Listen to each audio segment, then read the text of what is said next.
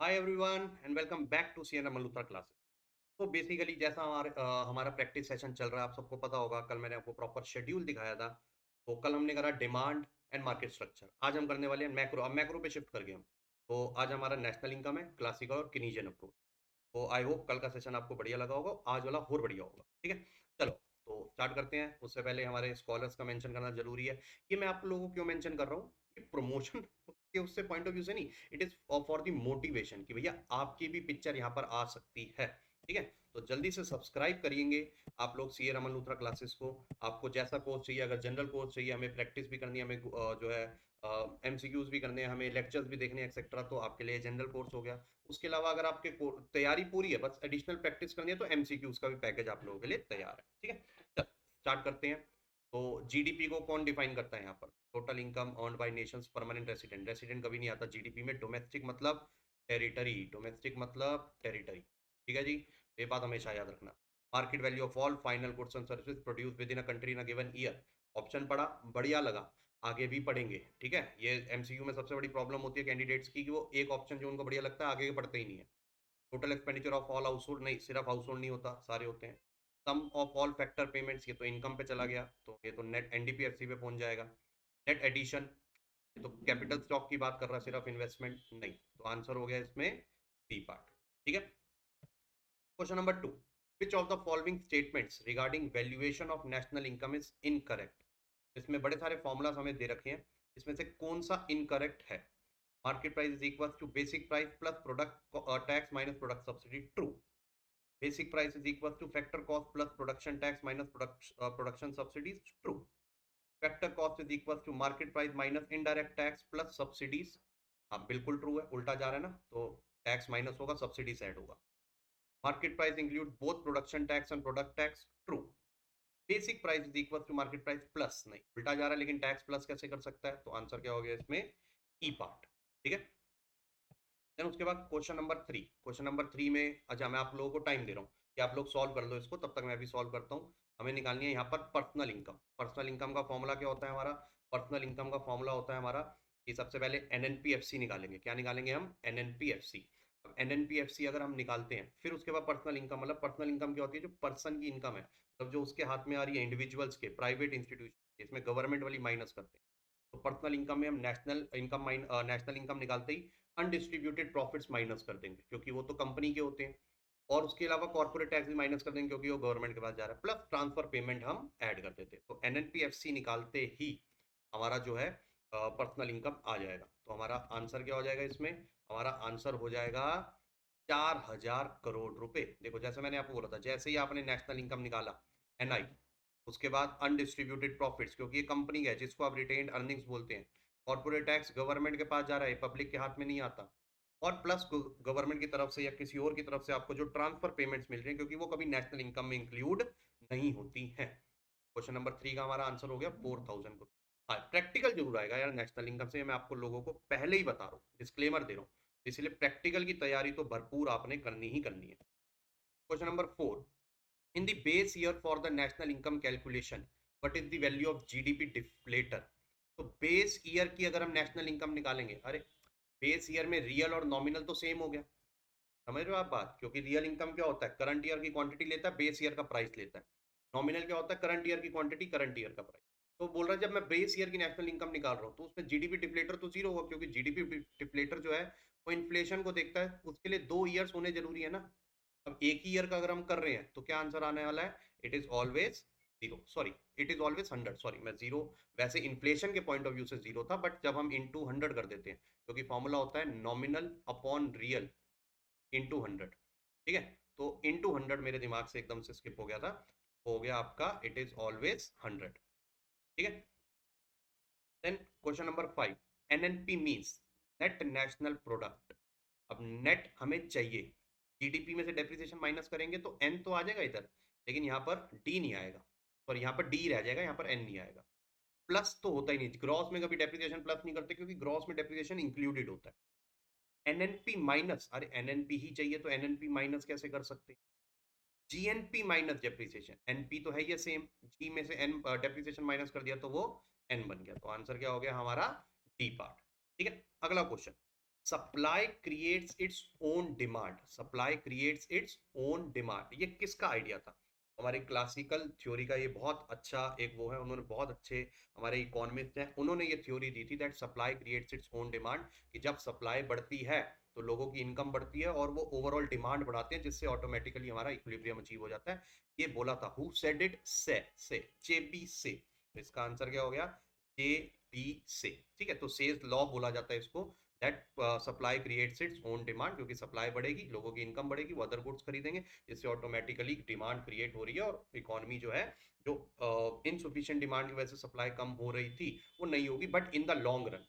Keynes ने ये reject कर दिया था, कीन्स ने बोला ऐसा कुछ नहीं होता भाई, इनसुफिशिएंट डिमांड भी हो जाती है कई बारी, जिसकी वजह से प्रोडक्शन कर्टेल करनी पड़ती है और इनवॉलेंट्री अनएम्प्लॉयमेंट हो जाता है। Question number 6. According to Keynes, what causes changes in inducement to invest by entrepreneurs? जो entrepreneurs को ऐसा क्या मोटिवेटिंग फैक्टर मिलता है या किससे वो कंपेयर करते हैं जिससे वो और इन्वेस्टमेंट करते हैं? MPC, marginal propensity to consume, नहीं, मार्जिनल प्रोपेंसिटी टू कंज्यूम का इन्वेस्टमेंट से कुछ लेना देना यहाँ पर नहीं है। और एमईआई भी यहाँ पर आपका आंसर नहीं है, marginal efficiency of investment. Marginal efficiency of capital ये होता है एक, और दूसरा MPS, marginal propensity to save का कुल लेना देना।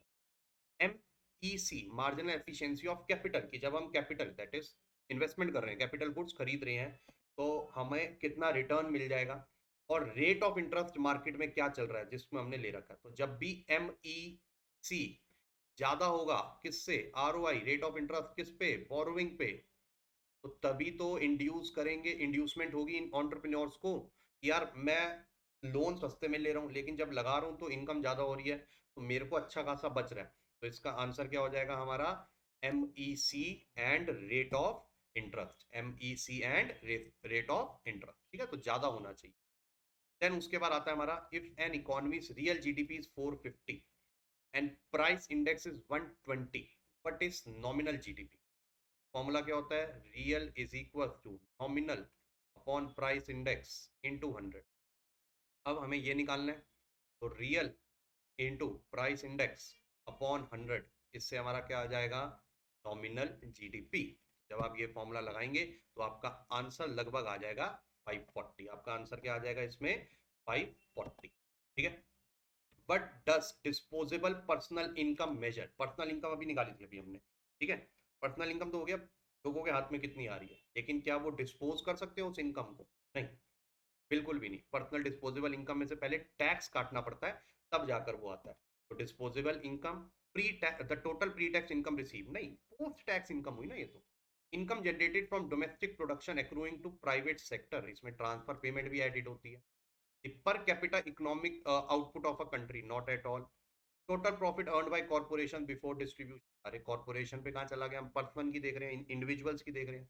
the amount of money available to individuals for consumption और savings, तो हमारा आंसर क्या हो गया? E part, disposable income is the amount of income जो उनके हाथ में बचती है। कैसे बचती है? अगर कमाई है तो बचेगी, बचने के लिए अब उसके बाद दो यूजेस है इनकम के, या तो वो खर्च करेगा या तो वो उसको सेव करेगा, वो उसके ऊपर है वो क्या करना चाहे। क्वेश्चन नंबर 10, ठीक है, per capita income is a measure of a country's economic output per person and is obtained by। Per capita income कैसे मिलेगा? हमें इनकम पता चल गया, इनकम हमारा एक नेशनल इनकम, जीडीपी एक इकोनॉमिक इंडिकेटर होता है, बट वो ट्रू नहीं होता कभी भी, याद रखना। ठीक है, जो बेटर हमें इंडिकेटर देता है, इंडिकेशन देता है इकोनॉमी की, वो होता है पर कैपिटा। क्या पता हमारी नेशनल इनकम, हमारी जीडीपी बढ़ रही है लेकिन पॉपुलेशन और ज्यादा पेस पे बढ़ रही है, तो पर कैपिटा गिरता है उससे। तो इसका आंसर क्या हो जाता है हमारा? इसका आंसर हो जाता है कि जब हम जीडीपी को, जो इन्फ्लेशन से एडजस्टेड है, टोटल पॉपुलेशन से डिवाइड करते हैं, तो हमारे पास आता है पर कैपिटा इनकम। ठीक है, जो एक अच्छा इंडिकेटर माना जाता है। सिर्फ जीडीपी अगर आप देख रहे हो कंट्रीज का तो वो गलत बात है। क्या बात समझ में? इंडिया से कई कंट्रीज का जीडीपी बहुत कम होगा, ठीक है जी, इंडिया से कई कंट्रीज का जीडीपी बहुत कम होगा, लेकिन पर कैपिटा ज्यादा होगा, मतलब वहां के लोग ज्यादा खुश हैं कि इनकम ज्यादा पर पर्सन। ठीक है, question number 11, with in circular flow of income which of the following correctly distinguishes between real flow and money flow? Real flow क्या होता है? रियल फ्लो होता है आपका जो कि goods and services and factor services से रिलेटेड होता है। मनी फ्लो होता है फैक्टर इनकम, फैक्टर जो पेमेंट होती है, और कंजम्पशन एक्सपेंडिचर। ये किस में आपको दिख रहा है? तो हमारा आंसर क्या हो जाएगा भैया इसमें? आर फैक्टर इनपुट्स और goods and services money flows are factor payments and consumption expenditure. Answer क्या हो गया हमारा?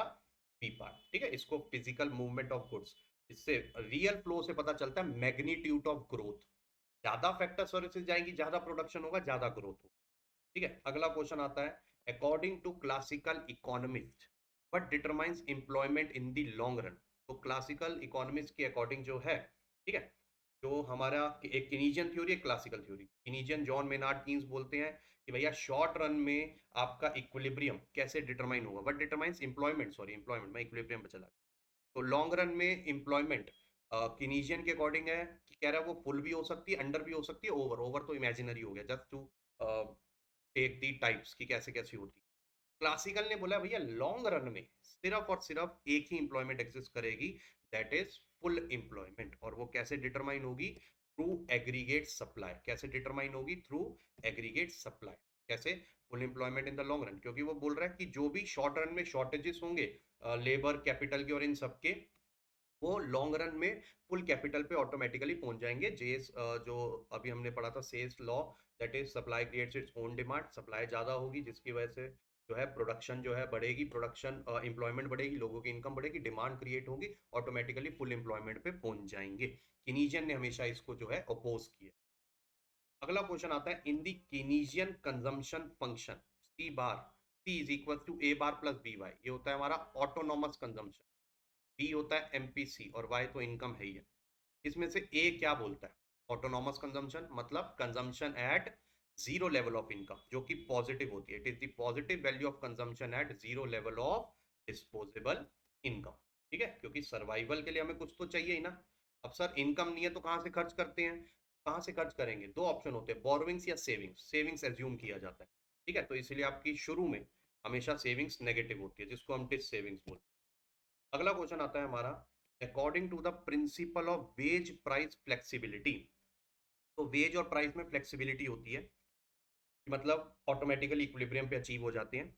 अ decline in aggregate demand, aggregate demand गिरा, will primarily lead to fall in dash rather than a fall in dash. तो जब AD गिरता है तो उससे क्या गिरेगा? देखो अब एडी गिर गया तो सप्लाई ज्यादा होगी, सप्लाई ज्यादा हो गई है तो इसका मतलब है एक्सेस वो बच गई इन्वेंट्री। अब इन्वेंट्री को निकालने के लिए सप्लायर्स क्या करेंगे? प्राइस डाउन करेंगे, प्राइस डाउन करेंगे और प्रोडक्शन कट करेंगे।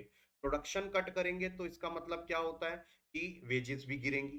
समझे बात नहीं? समझ? तो प्राइस और वेजेस गिर रहे हैं, लेकिन लॉन्ग रन में प्रोडक्शन और एम्प्लॉयमेंट वापस फुल एम्प्लॉयमेंट पे आ जाते हैं। तो इसका आंसर हो जाता है ए पार्ट। तो क्लासिकल वेज प्राइस फ्लेक्सिबिलिटी क्या बोलता है? aggregate demand fall adjustment occurs primarily through falling prices and wages, not through reduction of production and employment. Firms and workers accept lower nominal wages. वो कह रहे काम से हमें मत निकालो, हमें भले ही कम तनख्वाह दे दो, क्योंकि हमें पता है अभी काम नहीं है, डिमांड कम आ रही है। प्राइसेस भी अपने आप इक्विलिब्रियम पे आ जाते हैं, तो प्राइसेस भी ऑटोमेटिकली गिरेंगे ताकि इक्विलिब्रियम मेंटेन रहे। मतलब मैक्रो लेवल पे पूरी इकोनॉमी डाउन जाती है, जिसको हम जो है तो बोलते हैं ना कि यार मंदी आ गई मार्केट में। ठीक है जी, तो वो वाला सीन होता है। This assumption underpins the classical claim that full employment is maintained automatically. मैंने बोला full employment, supply and demand adjust through prices and not quantities. अगला क्वेश्चन आता है what is fundamental Keynesian assumption regarding MPC? तो C is equal to A plus BY है। में B क्या होता है? B greater than 1 हो सकता है? बिल्कुल नहीं हो सकता। B का मतलब क्या होता है? MPC। MPC का मतलब क्या होता है? Change in consumption to change in income. क्या जितनी इनकम बढ़ रही है उससे ज्यादा कंजम्पशन बढ़ेगी? नहीं, नहीं, नहीं, ये पॉसिबल नहीं है, वन भी नहीं होता। एजम्पशन यही रखी है कि कम ही खर्च करेगा, तो इसका आंसर होता है सी पार्ट। साइकोलॉजिकल है, जब उसकी इनकम बढ़ती है तो वो कंजम्पशन उतने वैल्यू से नहीं बढ़ाता।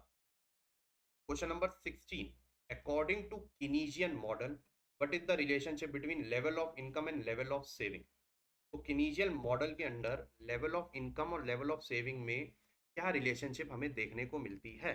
क्या हमारी जो सेविंग है विद इनकम बढ़ती है, गिरती है, कांस्टेंट रहती है, क्या दिखता है? तो इसका आंसर क्या हो जाएगा? इसका आंसर हो जाएगा saving is an increasing function of level of income. As the income rises, अभी देखो पिछले वाले से लिंक्ड है ये, जब इनकम बढ़ती है तो सारी कंज्यूम नहीं हो रहा, तो बची हुई इनकम जो कंज्यूम नहीं हो रही वो सेव हो रही है, तो इसका मतलब सेविंग बढ़ रही है with the increase in income. समझे बात? तो इसीलिए क्या बोला जाता है, saving is an increasing function of income. ठीक है, अगला क्वेश्चन क्या आता है आपका, if the planned saving exceeds planned investment in two sector economy model, no government no rest of the world, इसका कॉन्सिक्वेंस क्या होगा जब सेविंग ज्यादा है? ठीक है, अब देखो एक तरीका तो ये है इसको करने का, ठीक है, सॉरी, एक तरीका तो ये है इसको करने का कि S is greater then I है, तो S किसका पार्ट होता है, AS का, और I किसका पार्ट होता है, AD का। जब AS ग्रेटर देन AD होता है, मतलब एग्रीगेट सप्लाई, तो क्या होता है, प्रोडक्शन शॉर्ट रन में कट डाउन करते हैं, प्राइसेस गिरते हैं, प्रोडक्शन कट डाउन करते हैं, और एम्प्लॉयज को निकाला जाता है अनटिल जो है पूरा फिर वो इफेक्ट के थ्रू जो है वापस पर्टिकुलर लेवल पे आ जाती है आपकी इंप्लॉयमेंट।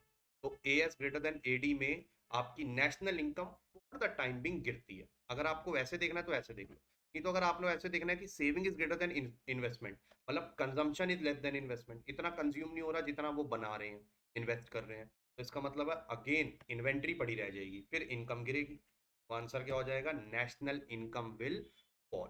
ठीक है, अगला क्वेश्चन आता है, in the classical labour market model what is the relationship between real wage rate and the quantity of labor demanded by firms? तो real wage rate और quantity of labor जो डिमांड करती है फर्म, उसमें क्या relation देखने को मिलता है?